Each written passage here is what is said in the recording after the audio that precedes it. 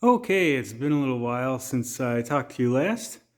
Just wanted to give a quick update on the J-swapped uh, Honda Civic. This, if you haven't been following along, is a 98 Civic hatchback. Originally was an automatic car that I'm putting a J30 and 6-speed manual from a 2006 Honda Accord into. The topic for today, and I have some stuff that I've gotten done. I haven't been making a lot of videos on every little thing I've done, so I'll do a big update here in a little bit, and I've got a couple in the works, but I wanted to give you a quick update of something that is done. The first is the axles. So the passenger side has a EP3 axle, so that would be a 2002 to 2005 Honda Civic Si, which would be EP3 designation for the chassis code. And then the driver's side, I thought I had an axle that was going to work, but it turns out the passenger side axle is the same splines as like a K-series or something. So it's like a 27 spline on the inner shaft. I thought that the case was the same for the driver's side, but it is not. So the driver's side uses a larger, like Accord Odyssey sized inner spline, which is I think a 29. I think that's right. I think it's a 29 spline on the inner. So there's no off-the-shelf axle that'll go from the 29 spline inner CV to the I guess you'd call it a 32 millimeter Civic outer hub. So 32 millimeter being the size of the nut. I don't know how many splines it is. You can go look it up. But it's whatever is a stock hub for this car, which is a 98 Civic. So, like I said, I have an off-the-shelf EP3 passenger side axle in the passenger side. So that bolts right up. I actually, when I mounted the engine, I put it a little bit further to the passenger side so that that axle would fit properly, knowing that I was going to have to come up with a custom job on the driver's side. So what I did is I got a EP3 outer axle. So the outer CV joint is so I bought two axles. I bought an Accord axle and I bought a Civic axle. So the outer CV joint, or the outer splines, need to be the 32 millimeter, which is the size of this nut. And that's how in Honda world they typically talk about hub splines is the size of the nut. I don't know why they do that, but that's how it is. The inner is a Accord, like a 06 Accord manual. So I bought two brand new axles, and then I cut them in half, and I welded them together after I figured out what length I needed. And then I welded this sleeve over the top. I don't know if you can see it or not. I'll try to make it so you can see it. And then I drilled holes. There we go.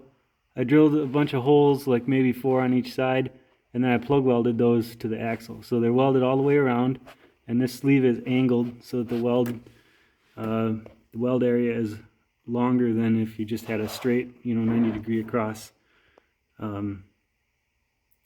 connection. And there's plenty of room here. It's kind of ugly. I did have success with this method on my Insight that I K-swapped. Coincidentally, I had to do the driver's side on that one too. So if you're interested in the process, you can go watch that video from the Insight build. It shouldn't be hard to find. It's on my channel. But I will talk a little bit about how this one was different. So here's what's left of the two axles. There you see this is the inner side of the EP3, and there's the outer side of the Accord axle. This is what's left after I cut the two axles up and put them together. So the way that I did the last set is I cut them and then I clamped them into the corner of this angle iron, and that being straight, if you get it into the corner and they're both lined up, you can tack it together with some nice fat tacks and then take it out and weld it. That's if they're the same diameter. These are not the same diameter. Let's see if I can show you this. you can see the Accord axle is a decent amount thicker. So I don't have a lathe, I don't have any real good way to center these. So what I did is I took some sacrificial feeler gauge pieces. So this is just feeler gauge material of the thickness I needed. And I took this and I stacked some there. Well, if this would stay up there, you could see it. So I put a stack here. I put a stack on this surface too for the smaller axle. And that spaced it up off of the surface here. So I put one here, one here, one here, one here. And then that held the Civic axle up so that I could do the clamp them in the corner just like I did the other ones, and then weld it up. So that's how I managed to do that. I just measured the diameter of these two with a caliper, and then I took half of the difference between the two, and that was the thickness of my spacers. So let's see if I can draw this for you quick.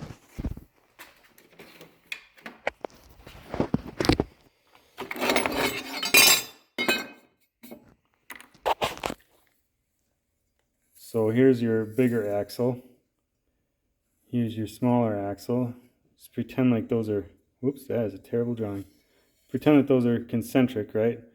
So there's your angle, like this. Your angle iron is like so. If they're the same diameter, you know, center is center. But if I would have just clamped this smaller EP3 axle into the corner, it would have been offset. So what I did is I put spacers like this, and these will be equally sized. It's just a terrible drawing.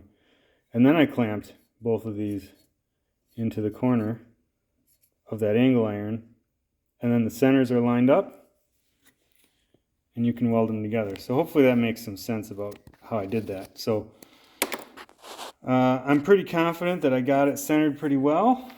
If it's not perfect, I'll let you know. My experience with the one that I did in my Insight was that it worked perfectly, and I noticed no vibrations at all, no problems at all. And with this method, I am pretty confident that I can build a straight axle. The spacing is a little bit new, but if you're trying to build axles for some one-off, you know, I wouldn't do this for a drag car with a lot of horsepower, but you know, this thing will be 250 horsepower and 2,400 pounds.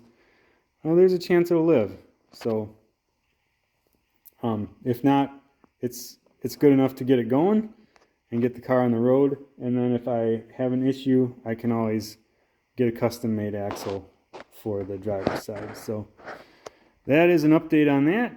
I hope that makes sense and it helps somebody.